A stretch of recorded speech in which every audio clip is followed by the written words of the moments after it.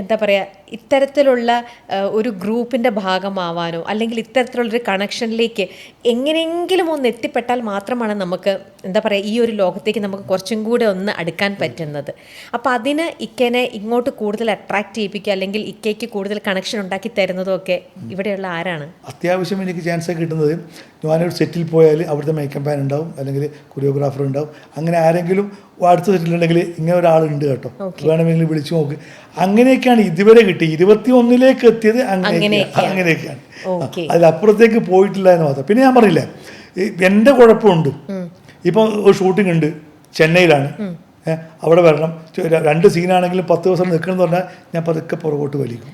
അങ്ങനെ പ്രശ്നം എനിക്ക് അത് ബാധിക്കുന്നതുകൊണ്ട് എൻ്റെ കുഴപ്പങ്ങളും കുറേ ഉണ്ട്. ഇപ്പം എൻ്റെ സൗകര്യത്തിൽ ഞാൻ മമ്മൂട്ടി ഒന്നുമല്ലല്ലോ, ഞാൻ പറയുന്ന ലൊക്കേഷനിൽ വന്നിട്ട് മറ്റേ സിനിമ നിർമ്മിച്ചോളാന്നൊക്കെ പറയാൻ ഞാൻ അത്രയും വലിയ ആക്ടർ ഒന്നുമല്ലല്ലോ. അപ്പോൾ ആ ഒരു പ്രശ്നം ഉണ്ട് എനിക്ക്. ഇക്ക തന്നെ ചെയ്തിരിക്കുന്ന ഇപ്പോൾ 21 സിനിമകൾ, അതിനപ്പുറം എത്രയോ ഷോർട്ട് ഫിലിംസുകൾ. ഇത് ഇക്ക തന്നെ ഇരുന്ന് കാണുമ്പോൾ സ്വയം എങ്ങനെയൊക്കെ അതിനെ വിലയിരുത്തുന്നത്? ഒരു നടൻ എന്ന രീതിയിലായാലും സംവിധാനത്തിലാണെങ്കിലും അത് കഥ തിരക്കഥയെല്ലാം വന്നു കഴിഞ്ഞപ്പോഴത്തേനാണെങ്കിലും പുറമേ നിന്നൊരു കാഴ്ചക്കാരനായിട്ടിരുന്ന് കാണുമ്പോൾ സ്വയം എങ്ങനെ വിലയിരുത്തുന്നു? ഒരുപാട് കുഴപ്പങ്ങളെ ഞാൻ കാണാറുള്ളൂ. കാരണം ഞാനൊക്കെ അഭിനയിക്കുന്ന സിനിമ ചെറിയ ബഡ്ജറ്റ് സിനിമയാണ്. അപ്പോൾ അതിന് അത്രയും ക്വാളിറ്റി ഉണ്ടാവും. ഞാൻ വെറുതെ ഇതിൻ്റെ മൈക്കിൻ്റെ മുള്ളിൽ വീണിട്ട് ഭയങ്കരമാണ് എൻ്റെ സിനിമ എന്ന് പറഞ്ഞിട്ട് കാര്യമില്ല. ഇപ്പോൾ 10 കോടിയോ 20 കോടിയോ ഇപ്പോൾ 100 കോടിയോ ഒക്കെ എടുക്കുന്ന സിനിമയും ഈ 10 ലക്ഷം 15 ലക്ഷം കൊണ്ട് എടുക്കുന്ന സിനിമയും തമ്മിൽ ഒരുപാട് മാറ്റം. നമ്മൾ അഭിനയം തന്നെ നമ്മുടെ പെർഫെക്ഷൻ്റെ കറക്റ്റ് ആവില്ല. ഇപ്പോൾ ഷോർട്സ് തന്നെ, ഇപ്പോൾ നമ്മളിപ്പോൾ ഒരു ഷോർട്സ് എടുക്കുകയാണെങ്കിൽ ഇപ്പോൾ ഈ ഇൻ്റർവ്യൂ എടുക്കുന്ന പോലെ ഒരു മൈക്ക് വെച്ചൊരു ഷോട്ടേ എടുക്കുന്നുള്ളൂ. ചെറിയ സിനിമകളിൽ ഒറ്റ ഷോട്ടേ എടുക്കും. അത് 4 or 5 ആംഗിളിൽ എടുക്കുമ്പോഴേ നമ്മുടെ ആ പെർഫോമൻസ് കിട്ടും. അതിപ്പോൾ ചെറിയ സിനിമകളാകുമ്പോൾ 10 ദിവസം കൊണ്ട് തീർക്കുന്ന സിനിമയായിരിക്കും. ഞാൻ മിക്കവാറും അഭിനയിച്ച എല്ലാ സിനിമകളും 10 or 15 ദിവസം കൊണ്ട് തീർക്കുന്ന സിനിമകളാണ്. അപ്പോൾ അത്രയും തീർക്കുമ്പോൾ ഷോർട്ടിൽ വളരെ കുറയും. അപ്പോൾ നമ്മൾ അഭിനയം ശരിക്കും ഫലിപ്പിക്കാൻ പറ്റില്ല. അതുകൊണ്ട് എനിക്ക് ചെയ്യാൻ പറ്റിയ കഥാപാത്രങ്ങളിൽ എൻ്റെ അഭിനയം പൂർണ്ണമായും ഫലിപ്പിക്കാൻ പറ്റിയെന്ന് എനിക്കിതൊരു വിശ്വസിക്കാൻ പറ്റിയില്ല. പറ്റിയിട്ടില്ല. കാരണം അങ്ങനെ എടുക്കാൻ പറ്റിയിട്ടില്ല. ഓക്കെ. എന്നാലും അപ്പോൾ ഓരോ ഇത് കാണുമ്പോഴും ഇക്കയ്ക്ക് ഓരോരോ തെറ്റുകൾ മനസ്സിലാക്കുന്നുണ്ട്, സ്വയം വിലയിരുത്തുന്നുണ്ട്. ഓക്കെ, എൻ്റെ ഇന്ന ഭാഗങ്ങളൊക്കെ കുറച്ച് മോശമായി, ഇനി ഞാൻ കുറച്ചും കൂടെ അങ്ങനെ സ്വയമാണോ എപ്പോഴും ജഡ്ജ് ചെയ്ത് മുന്നോട്ട് പോയിക്കൊണ്ടിരിക്കുന്നത്? അതോ വേറൊരു സുഹൃത്തിനെയോ വേറെ ആരെങ്കിലും ചോദിക്കും, എൻ്റെ സിനിമ അയച്ചു കൊടുക്കും. മറ്റേ എൻ്റെ ഇപ്പോൾ യൂട്യൂബിൽ തന്നെ ഗണ്ടശ, ഗോഡ്സ് ഓൺ പ്ലേയേഴ്സ് ഒക്കെയുള്ള കുറേ സിനിമകളുണ്ട്. അവർക്കൊക്കെ പലർക്കും അയച്ചിട്ട് അഭിപ്രായം ചോദിക്കും. അവരൊക്കെ പറയാ മേക്കിംഗ് പോരാന്ന് പറഞ്ഞാൽ 15 ലക്ഷം കൊണ്ട് തീർക്കുന്ന പടം 100 കോടി കൊണ്ട് തീർക്കുന്നതിൻ്റെ മേക്കിങ്ങിൻ്റെ ഗുണം കിട്ടില്ലല്ലോ. അപ്പോൾ അത് തന്നെയാണ് അവിടെ തന്നെയാണ് പ്രശ്നം. നല്ലൊരു സിനിമയുടെ ഭാഗമാകുമ്പോഴേ നമുക്കും എന്തെങ്കിലും ചെയ്യാൻ പറ്റും. ചെറിയ സിനിമയുടെ ഭാഗമാകുമ്പോൾ അതിൻ്റെ ആ ക്വാളിറ്റിയെ കിട്ടും. അപ്പം അങ്ങനെയാണെങ്കിൽ ഇപ്പം ആ ഒരു അറിവ് തിരിച്ചറിഞ്ഞ സ്ഥിതിക്ക് ഇക്കയ്ക്ക് എന്തുകൊണ്ട് അങ്ങനെയാണെങ്കിൽ ഇനി ഇതെല്ലാം എൻ്റെ ഞാൻ വരച്ച വരയിൽ തന്നെ എല്ലാം നിൽക്കണമെന്ന് വിചാരിച്ചാലും നടക്കില്ല.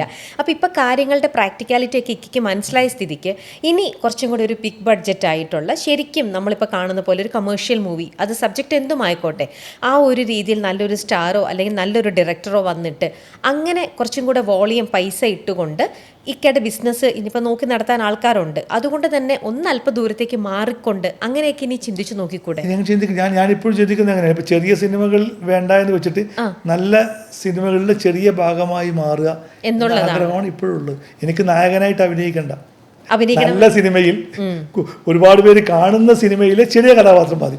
കുറച്ച് പേര് കാണുന്ന സിനിമയിലെ നായകനേക്കാൾ നല്ല ഒരുപാട് പേര് കാണുന്ന സിനിമയിലെ ചെറിയ റോളിൽ അഭിനയിക്കുന്ന ആളാണ് കൂടുതൽ താല്പര്യം. ഓക്കെ. ഈ ഒരു ലൈഫിൽ ഒരുപാട് പ്രശ്നങ്ങളും പ്രതിസന്ധി ഘട്ടങ്ങളെല്ലാം തരണം ചെയ്താണ് ഇപ്പം വളരെ കോൺഫിഡൻറ്റോടെയാണ് ഇക്ക നിൽക്കുന്നത്. ഇനി ഇപ്പോൾ പറയുമ്പോഴാണെങ്കിലും വളരെ ലാഘവത്തോടെ ഇന്നിപ്പോൾ ഒരു സിനിമ വേണമെന്നുണ്ടെങ്കിൽ ഇക്കയ്ക്ക് സുഖമായിട്ട് നിർമ്മിക്കാനും പറ്റും. ആ ഒരു ലെവലിലേക്ക് അത് സ്വയം സെൽഫ് ഏൺ മണിയും കൂടിയാണല്ലേ. പക്ഷേ ഈ ഒരു ലൈഫ് ഇക്കേനെ പഠിപ്പിച്ചു തന്നത് മെയിനായിട്ട് ചോദിച്ചു കഴിഞ്ഞാൽ എന്തൊക്കെ കാര്യങ്ങളായിരിക്കും? സ്വന്തം എക്സ്പീരിയൻസിൽ നിന്നും എന്തൊക്കെയാണ് പഠിച്ചത് ലൈഫിൽ നിന്നും? അല്ല, ബിസിനസ്സിൽ പഠിച്ചത് ഹാർഡ് വർക്ക് ചെയ്യണം, നമ്മൾ സ്വപ്നം കാണണം. സ്വപ്നം കണ്ടെങ്കിൽ മാത്രമേ, സ്വപ്നം കാണാതെ നമ്മളെപ്പോഴും നെഗറ്റീവ് അടിച്ചിരുന്നിട്ട് കാര്യമില്ല. നമുക്ക് നേടിയെടുക്കാൻ പറ്റാത്തതൊക്കെ നമ്മൾ ആഗ്രഹിക്കണം.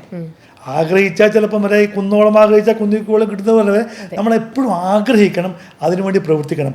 ആഗ്രഹിച്ചെടുത്ത് എത്തിയില്ല എന്ന് കരുതിയിട്ട് വിഷമിക്കരുത്. ആഗ്രഹിച്ചിടത്തേക്കൊന്നും എപ്പോഴും എത്തൂല, പക്ഷെ ആഗ്രഹിച്ചത് കൊണ്ടാണ് എത്തിയിടത്തം വരെയെങ്കിലും എത്തിയെന്നുള്ളത് സമാധാനം കിട്ടും. ഓക്കെ. കുഞ്ഞ് റഫീഖിൻ്റെ മനസ്സിൽ ആഗ്രഹിച്ചത് തൊട്ട് മുന്നിലെ ഒരു ഹോട്ടലിലോ ചായക്കടയിലോ ഒരു പൊറോട്ടയും ചിക്കൻ കറിയോ ഒരു ബിരിയാണി ഓർഡർ ചെയ്ത് അവരിലെ യൂസഫലിനെ കണ്ടുകൊണ്ടിരുന്ന ഒരു കുഞ്ഞ് റഫീഖില്ലേ, ആ കുഞ്ഞ് റഫീഖ് സ്വന്തമായിട്ട് വരുമാനം ഉണ്ടാക്കി എനിക്ക് ഉറപ്പാണ് ഒരു ഹോട്ടലിൽ പോയിട്ട് അന്തസ്സായിട്ട് ചേട്ടാ വെയിറ്ററിനെ വിളിച്ചുകൊണ്ട് ഒരു ബിരിയാണി ഓർഡർ ചെയ്തു അല്ലെങ്കിൽ ഒരു പൊറോട്ടയും ആ ഒരു നിമിഷം ഓർമ്മയുണ്ടോ? അല്ല, അങ്ങനെ ആഗ്രഹിച്ചിട്ടുണ്ട്.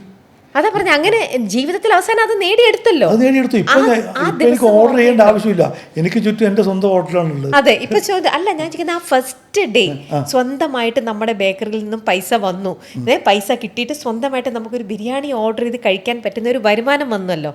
ആ സമയത്ത് ഇക്ക പോയിട്ട് ഒരു ഹോട്ടലിൽ പോയി ഓർഡർ ചെയ്തത് അതിപ്പോഴും ഓർമ്മയിലുണ്ടോ? ഉണ്ട്. അത് പൈസ വന്ന് ഒറ്റയടിക്കേണ്ട പൈസ കയറിയല്ലോ, പതിയെ പതിയെ കയറി. ഞാൻ എവിടെ യാത്ര ചെയ്യുമ്പോഴും പല റെസ്റ്റോറൻറ്റിൽ കയറും, ഫുഡ് ടെസ്റ്റ് ചെയ്യാൻ വേണ്ടി കയറും. പല റെസ്റ്റോറൻറ്റുകൾ എൻ്റെ സുഹൃത്തുക്കളാണ്.